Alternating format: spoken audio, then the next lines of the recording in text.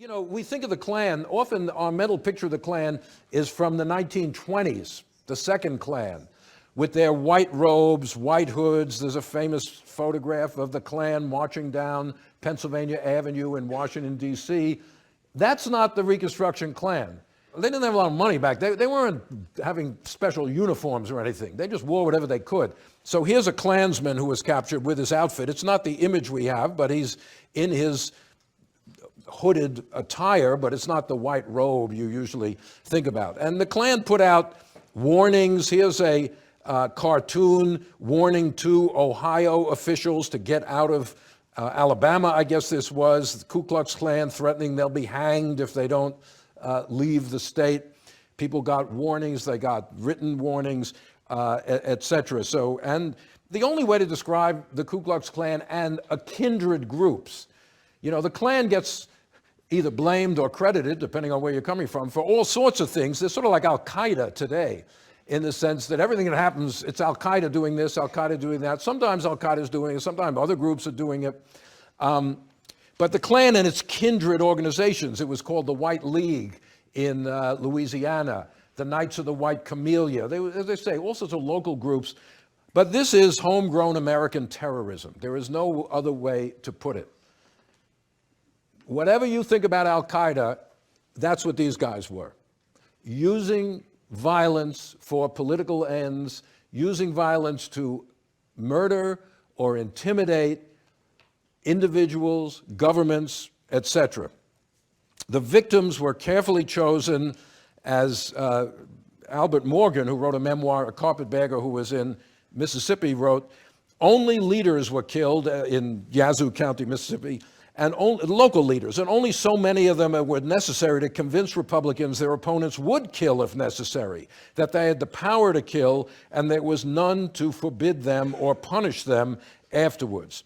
There were there was one congressman murdered, there were a couple of state officials, but mostly it was local leaders, local officials, local Republican Party organizers, heads of the Union League, men who weren't that prominent, so it didn't cause a national uproar. If you kill a member of Congress, that becomes a national issue.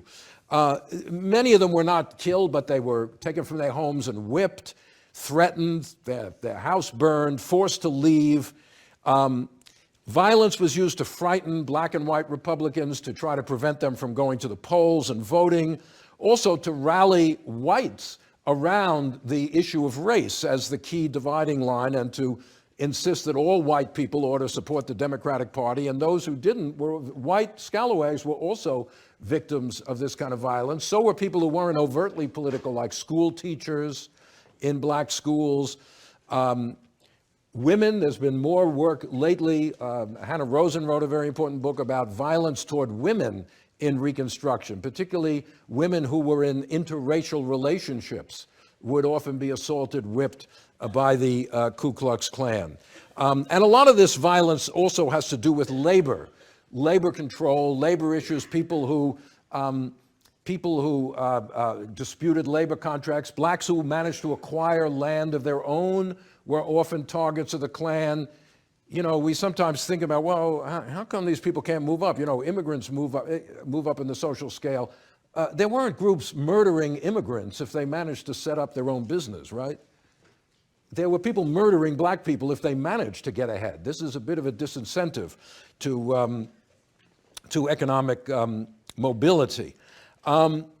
So my first point is violence was real. You know, if you go back to Birth of a Nation, we didn't actually see this clip, but part of Birth of a Nation, which is a glorification of the Ku Klux Klan, is based on the idea that it was sort of just playing on people's superstitions. Black people believed in ghosts. Klansmen got dressed up in these white sheets. They went around and they frightened them.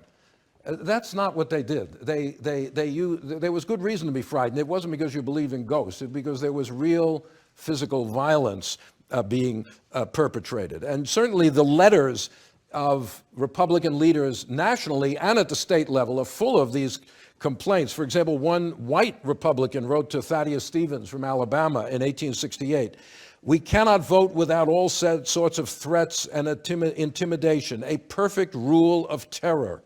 Terror, that's what's going on. Our courts are mocks, all the officers full rebels, freedmen are shot with impunity, all go off as justified homicide. Put us under strict military rule or turn us loose and give us a right to defend ourselves. One could go on, and in my book I give more examples, and certainly one of the great documents, not great, but one of the most revealing documents in American history is the Congressional hearings on the Ku Klux Klan. In 1870, the House and Senate set up committees which went into the South and took hearings, and there's like 14 volumes of testimony about the operations of the Klan, which are all available online now, and you get a tremendous kaleidoscope of stories and impressions about what's going on in the South from this first-person account. So one could go on, but really the question for us is, why were these state governments so ineffective in combating violence? Some people say, well, why didn't the blacks rise up and fight? Well, there are many complicated reasons for that. One is that they weren't armed. You know, most white people had arms in the South. There was no real tradition of black violence against white people, despite all the sort of white fears about this under slavery. There were the people who had fought in the Union Army, but most African Americans had little experience with weaponry or that kind of thing. But more to the point, the responsibility for maintaining order does not rest on individual citizens. It rests on the government. If there were a group of guys riding around New York City shooting people at night, maybe there are for all I know, it wouldn't be. It's the government. It's the police. It's the militia or the National Guard that would have to suppress them. And why couldn't these governments? Governments are supposed to have a monopoly of weaponry or firepower, so to speak, but they didn't. One problem was that all the governors under Reconstruction were white. There was one black governor for a few days, Pinchback in Louisiana, but all the other governors were white, and they were very reluctant to use, they were very reluctant to use what were called Negro militias. Because in most of these states, there were very few white Republicans. And to arm blacks and send them out after these white, night riders, they feared would lead to just an escalation and a wholesale racial warfare in the South, which they were not willing to do.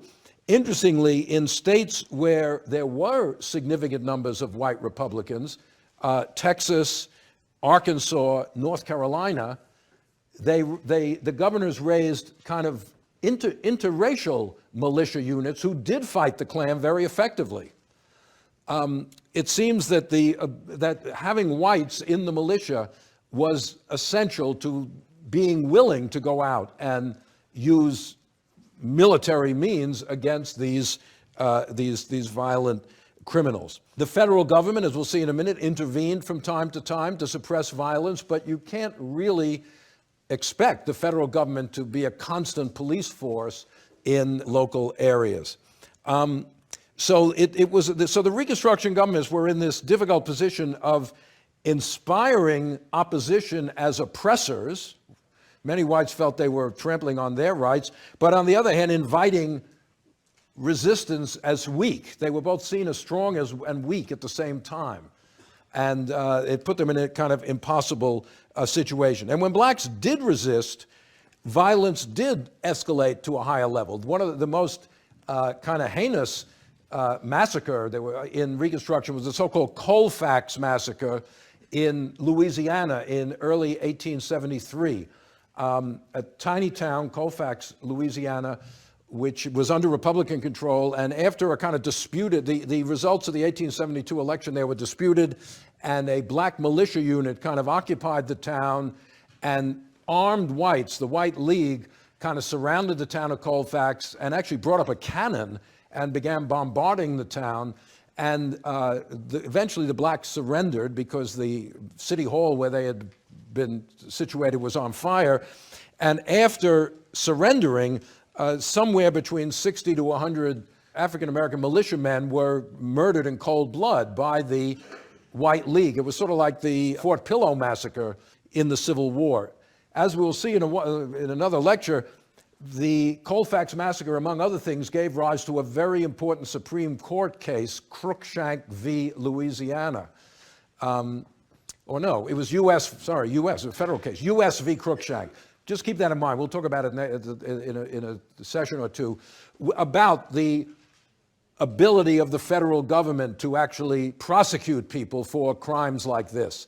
And in fact, it was one of the many steps in the Supreme Court's retreat from Reconstruction. We'll see that next time.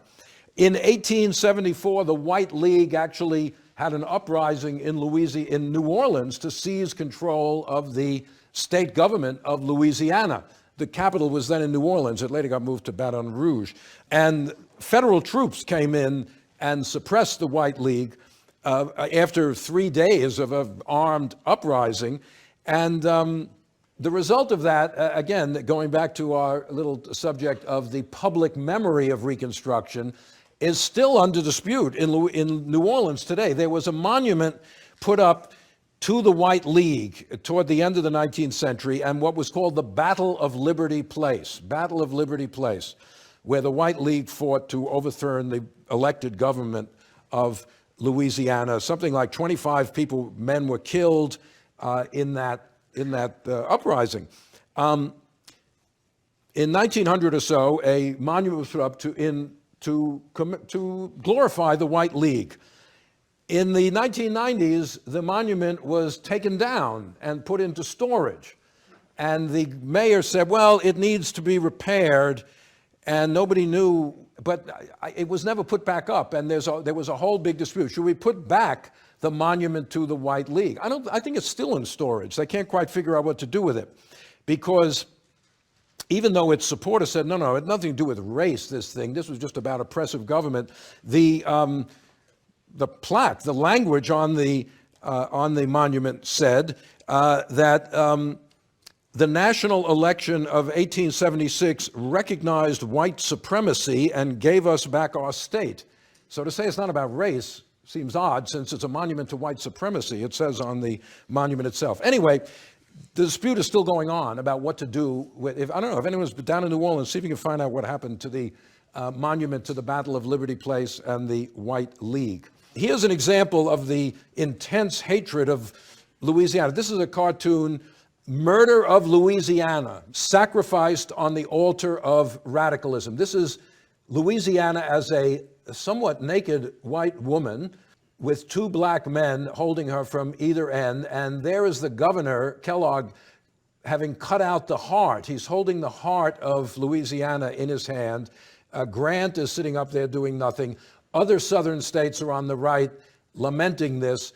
South Carolina is here in chains, and this is the image, racial and other ways. The 2 blacks are almost in this, monkey-like, they're portrayed that way. The murder of Louisiana, and that's the kind of, this is soon before the White League uprising. So the opposition, this kind of opposition, which produced the violence, as well as other forms of opposition to Reconstruction, what's interesting about it is it kind of combined overt racism with also a kind of class critique of Reconstruction. So, for example, one Klan leader in South Carolina says, and I mentioned this before, the legislature was controlled by those who own no land and pay no taxes. Not true, by the way. The state is now ruled by those with no interest in its prosperity. See, it's not just that they're black, but that they're poor, which is bad enough. And in fact, in our JNAP, there's this editorial from The Nation, a magazine which was founded in 1865, their 150th anniversary is coming up soon, by abolitionists to defend Reconstruction. But by this time, and we'll see in a minute, other Northerners are retreating.